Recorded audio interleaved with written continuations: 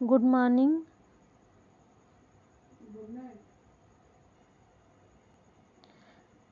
मैं आप सभी लोगों को जो पिछली वीडियो में बुद्धि का चैप्टर चल रहा था उसी के आगे बुद्धि से संबंधित चैप्टर को ही आगे बढ़ाऊंगी और आप लोगों को ये वीडियो 2-3 भागों में देखने को मिलेगा, क्योंकि बुद्धि एक ऐसा चैप्टर है जो काफ़ी अनसुलझा है और बहुत लंबा है और आप लोगों को समझने के लिए टाइम चाहिए, इसलिए कुछ कई भागों में इसको मैं आप लोगों के समझ बताने का प्रयास करूंगी।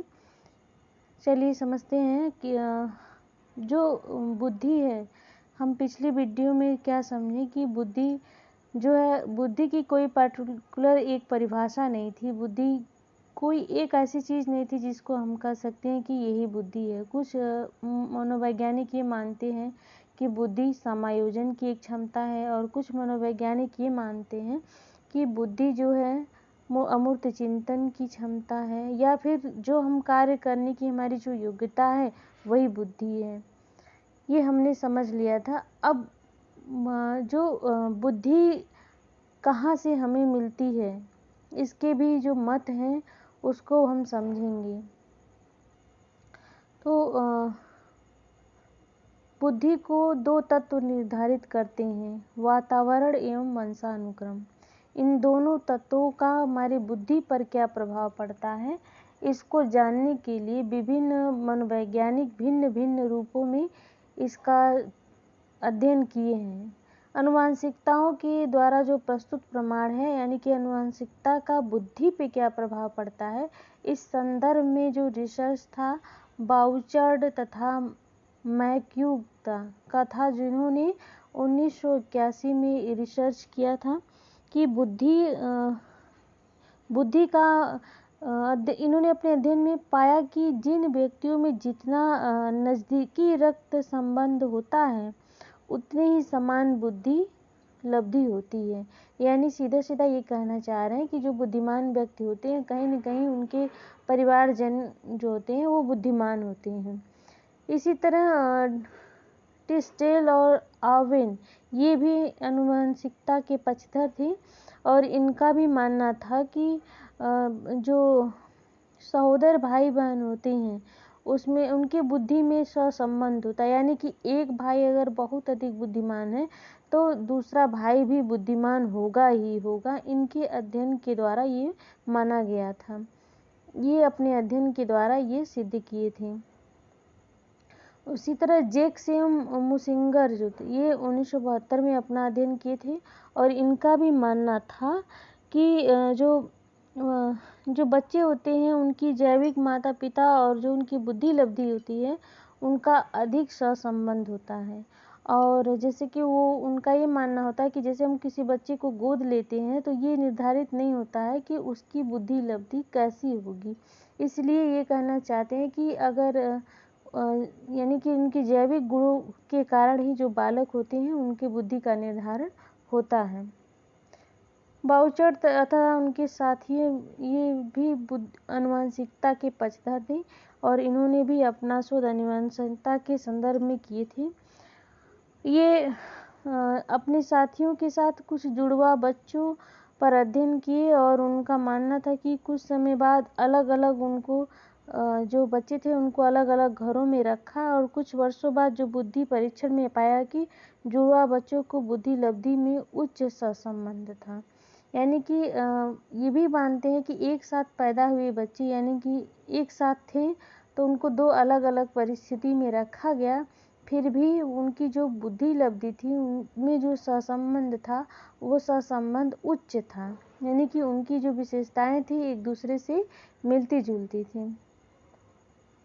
इसी तरह जो वातावरणवादी थे उनके द्वारा जो प्रस्तुत किए गए इस क्षेत्र में गॉडफ्रील तथा बेलमांट तथा मेरोला रॉबर्ट और स्कील ये सारे लोग वातावरण के प्रभाव को किस तरह से बुद्धि के निर्धारण में वातावरण का प्रभाव पड़ता है इस संदर्भ में इन लोगों ने अपना अध्ययन किया। जो गॉडफ्रीड थे इन्होंने अपने अध्ययन में पाया था कि जो शैशवावस्था में वातावरणीय उद्दीपन प्राप्त होता है यानी कि जो शैशवावस्था में जो वातावरणीय उद्दीपन प्राप्त होता है उसका बौद्धिक विकास अन्य बच्चों की अपेक्षा अधिक होता है। इनका ये कहना ये ऐसा क्यों होता है कि जाहिर सी बात है इसका वातावरण पे बुद्धि का प्रभाव पड़ता है। बेल्टमाल तथा मेरोला भी इसी संदर्भ में अध्ययन किए थे और स्किल महोदय ने भी ये भी वातावरण के पक्षधर थे, यानी कि ये भी मानते थे कि वातावरण का बुद्धि पर प्रभाव पड़ता है। आइए हम जो नेक्स्ट टॉपिक है जो वेरी वेरी इंपॉर्टेंट है, बुद्धि का सिद्धांत। इन सिद्धांत बुद्धि के सिद्धांत के विषय में चर्चा करेंगे। कुछ सिद्धांत हम आज समझेंगे और नेक्स्ट सिद्धांत जो है अगले वीडियो में समझेंगे। अगर एक ही साथ हम लोग पढ़ लेंगे तो शायद सब मिक्सअप हो जाएगा और उतना अच्छे से आपको ध्यान नहीं रहेगा। सबसे पहला जो सिद्धांत है वो क्या है? एक कारक सिद्धांत। एक कारक सिद्धांत ये अल्फ्रेड बीने द्वारा दिया गया सिद्धांत है और इनके प्रारंभ में इनके सहयोगी टर्मन और स्टर्न थे। और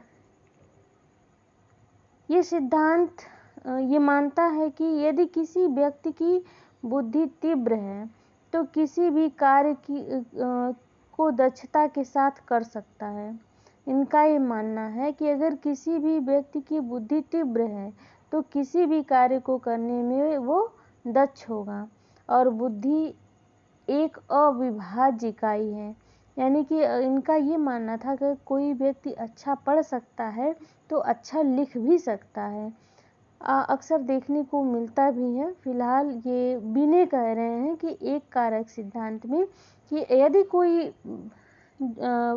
कोई व्यक्ति है उसकी बुद्धि तीव्र है तो वो किसी भी कार्य की दक्षता के साथ कर सकता है, यानी कोई भी काम वो अच्छे से कर सकता है।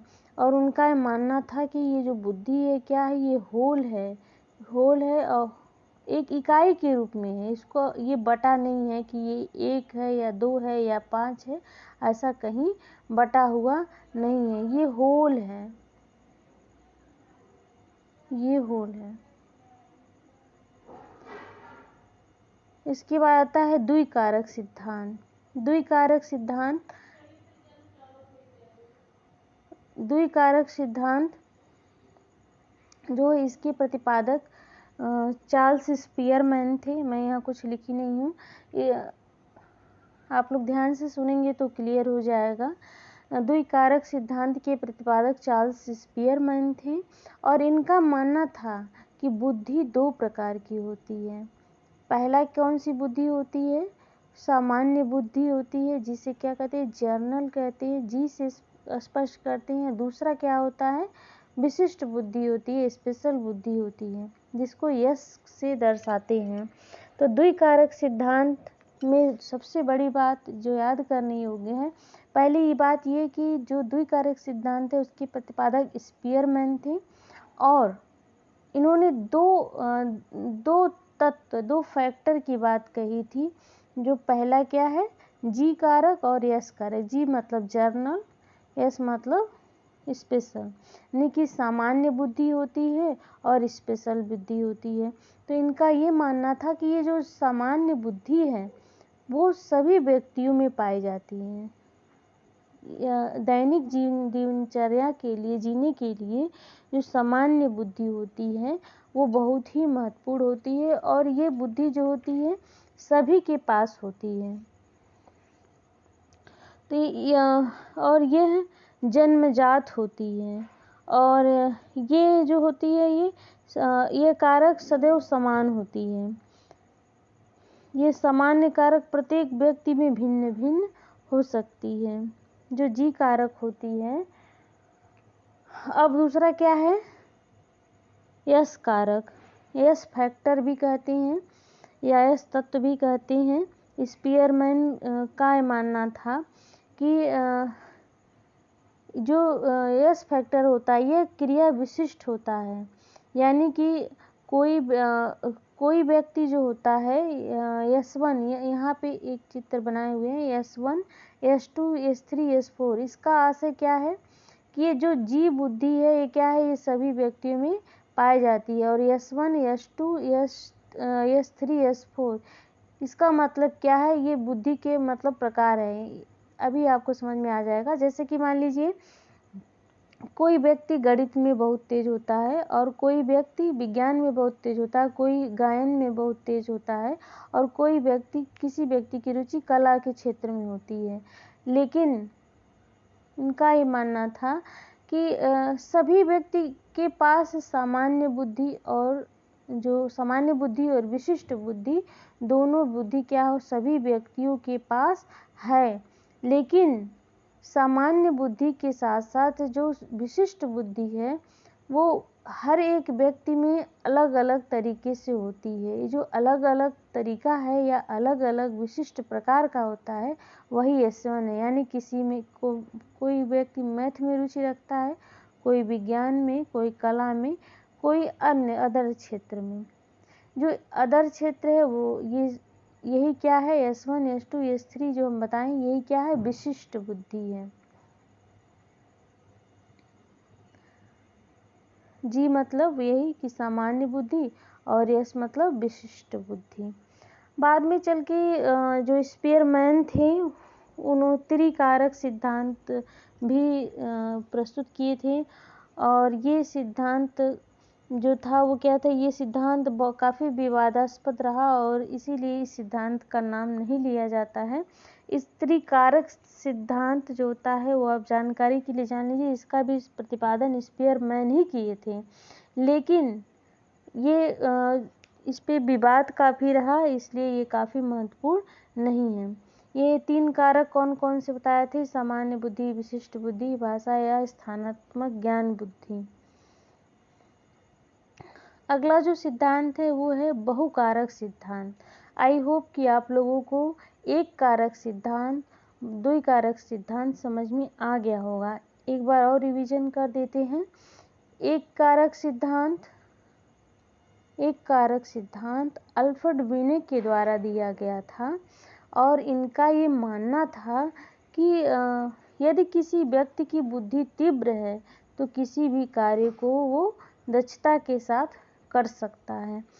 और वहीं द्विकारक सिद्धांत का मानना था कि प्रत्येक व्यक्ति के पास 2 तरह की बुद्धि होती है, एक सामान्य बुद्धि होती है और दूसरा स्पेशल बुद्धि होती है। अब इसी तरह बहुकारक सिद्धांत आता है जिसका प्रतिपादन थॉर्नडाइक ने किया था। किसने किया था? थॉर्नडाइक ने।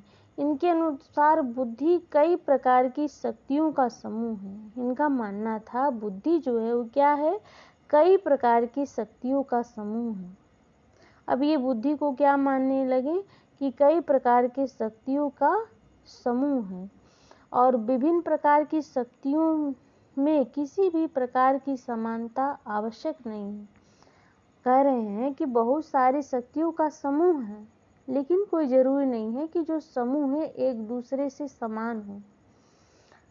थॉर्नडाइक सामान्य तत्व को नहीं मानते थे, जिस तरह स्पीयरमैन मानते थे कि सबके पास जी और यस फैक्टर होता है। लेकिन जो थॉर्नडाइक है वो जी तत्व को नहीं मानते, सामान्य तत्व को कुछ नहीं मानते हैं, और ये मानते हैं कि हर एक व्यक्ति विशिष्ट है और उसके पास विशिष्ट शक्तियों का समूह है। समूहकारक सिद्धांत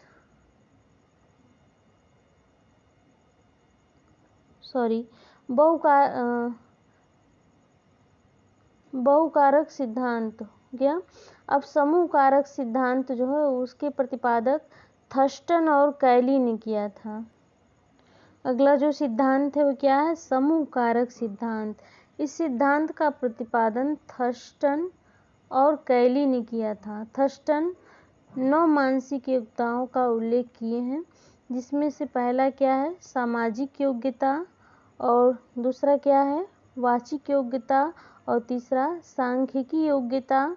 यानी कि सभी व्यक्तियों के पास लगभग 9 तरह की मानसिक योग्यताएं होती हैं। जैसे कि सामाजिक योग्यता, वो 9 कौन सी मानसिक योग्यता होती हैं, वो ये है, निम्न प्रकार से हैं। पहला सामाजिक योग्यता, दूसरा वाचिक योग्यता और तीसरा सांख्यिकी योग्यता, चौथा क्रियात्मक योग्यता और पांचवा शारीरिक योग्यता और छठा संगीतात्मक योग्यता, सातवां यांत्रिक योग्यता और आठवां रुचि, नौवां स्थानिक संबंधों के साथ व्यवहार करने की योग्यता। ये जो 9 योग्यता होती हैं, पहली बात तो समूह कारक सिद्धांत के प्रतिपादक कौन है? थर्स्टन है। और थर्स्टन ने 9 प्रकार की मानसिक योग्यताओं का उल्लेख किया है, जो इस तरह से है।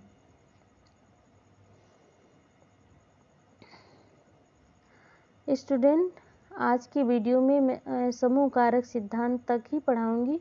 आगे हम लोग अगली बातों को पढ़ेंगे। आइए जितना सिद्धांत हम लोग पढ़े हैं उससे संबंधित कुछ प्रश्न को देखते हैं। ये शायद घूम सा गया है, आप लोग देख रहे हैं।